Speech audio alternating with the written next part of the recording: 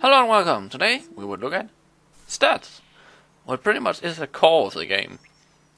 And today we will have a look at what different kind of stats there is in Wakfu. And let's just start at the beginning. And the first one is health.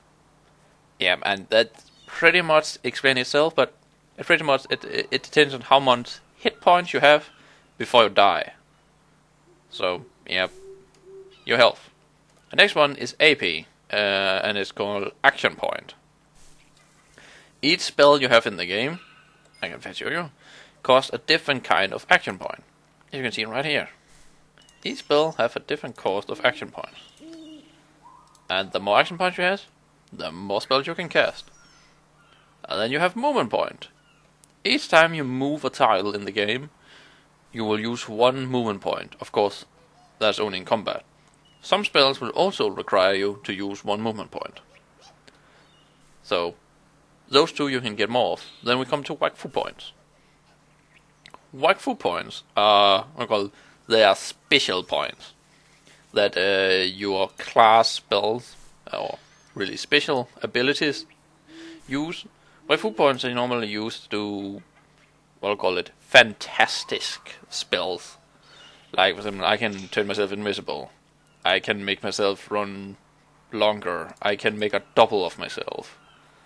Or I can place a useless trap. Yeah, hooray. But Wakfu points are the cool points. But each time you enter combat, you will only get 6 Wakfu points totally. So use them wisely. And of course, the next one is damage. And of course, water damage, air damage, earth damage, fire damage. And resist all the way around. So, of course, damage does you do more damage. Resist does you take less damage. And I will make a video that goes into... I will make a advanced video that it kind of explains in detail what each stat does down to the last part. And the next one is strength. Each strength points will give you 0.5 damage and resist to earth. And agility will give to air, intensity will give to fire, chance will give to water. And that is, if you wanna get both resist and damage, you should go for each of those stats. And the next one is I'm really bad at pronouncing this, sorry, but insignificant probably really sound wrong, but bear with me. Each point of those increases your chance of getting to start first. It's pretty much the one with the highest number gets his turns first. So that's pretty nice to have, because that can be the game changer. And then you have crit. If you have 100 crit, you have 100% chance to make a crit. So each point you put in crit is 1% higher chance to crit. And then there is crit failure. Works completely like crit, but instead of you critting a spell, you will fail a spell. So try to avoid getting any crit failure whatsoever. And then we have backstab resist. Let's just fast go over how backstab works. If you attack a person from behind, if you have backstab, you do more damage. If you have back resist, if you get attacked from behind, you get less damage. So that's a win-win in some ways. And then you have lock and dodge. Those two need a little more explaining, because each time you get close to another enemy or player than there is on the opposite team of you, each time if they want to move away from you, they have a 50% chance of actually losing their turn if they try to move away from you. But if you have a higher lock than they have a dodge, then they will have a lower chance of moving away. And I will go into details if you want to know more about that in my advanced movie. The same way with dodge, if you want to move away from an enemy, the higher dodge you have, the higher chance of you actually have of moving away. And then we have willpower. Willpower. Oh, actually, totally forgot those two up here. Sorry, my bad. But let's just take that with willpower.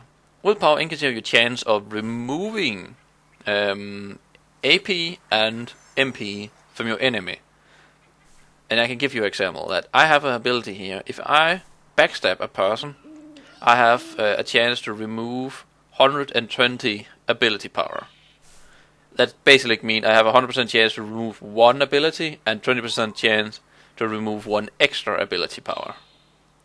So if I had 80 here right now, I will then have 200% chance of removing 1 AP, meaning I will remove 2 AP power.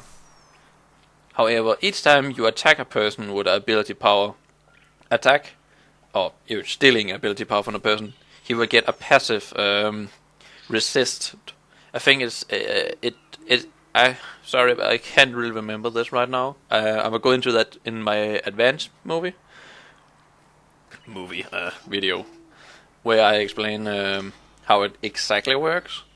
But each time you lose AP, you will get a resist. I think it's 20. I can maybe be wrong, or either it's 40 or 20 each time you lose one. But each round, you will then lose 20 resist. So you can't get 100 resist and then keep there the rest of the fight. The same with MP. So willpower will give you more chance to remove and higher resist. Then you have healing. Some spells you have in the game will actually heal your allies. I have one healing spell, but that's more of a lifesteal spell. I can give you an example that half of the health I steal, half of the damage I do, I get back in health. But actually, if I increase my healing spell, or this healing, I actually get healed for more. So that's pretty neat. And then we have a crit damage bonus. It's actually kind of like when you crit, you actually just throw this percent over into this percent. And again, I will explain how percent damage work in the advanced movie video. And then we have block. Again, 1 to 100% chance of blocking. And each time you block 30% of the final damage. So if you want to be really tanky, that's a pretty good thing to get. And then you have range. Not all spell will increase range. It's actually only long range ability that would actually work on range. For example, I have no spells that work on range. But on the other hand, I have no spell that can be decreased by range as well. So there's another plus. And then we have leadership. Leadership increases the number of of creatures you can summon. With this class, I can summon monsters, but other classes can summon up to 6 monsters and even more sometimes. So the higher leadership you have, the more monsters you can summon. And traps, I can place traps. And as you can see, I can place 2 traps at the moment, but again, my traps are completely useless. Yeah, but beggars can be choosers, I suppose. And then we have summoner damage. It pretty much explains itself that it gives more damage to your summons. And then we have mechanic damage, it gives more damage to your traps. And now we get to wisdom. It's in a way one of the more important. Because each wisdom increases you 1% more XP gained from anything you does. Not anything, only fights.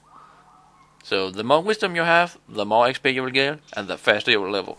Of course, getting a lot of wisdom is good if you have someone who actually kills stuff for you. If you don't have anyone killing stuff for you, wisdom probably is not the best stat to go after, but it's always nice to have a little of it. And then we have prospecting. Prospecting increases your chance of getting better loot each time you kill something. So, more prospecting, more loot. Or at least a bit higher chance to find loot. And then we have the chance of... I don't know really to pronounce that, but pretty much this stat gives you your chance to see invisibility target and stay invisible. And at the moment right now, you can't really go invisible against enemy creatures because they simply just have too high of the stats, so you can't really use it. Of course, in PvP it still works because no one goes for the stat at all.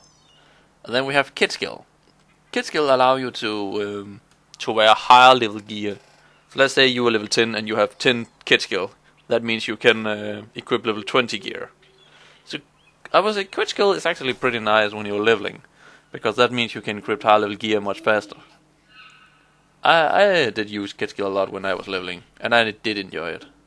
But some people just like to actually use the point on something where they can kill stuff faster. But now you have a basic understanding on the basic stats of Wakfu. I hope that helped.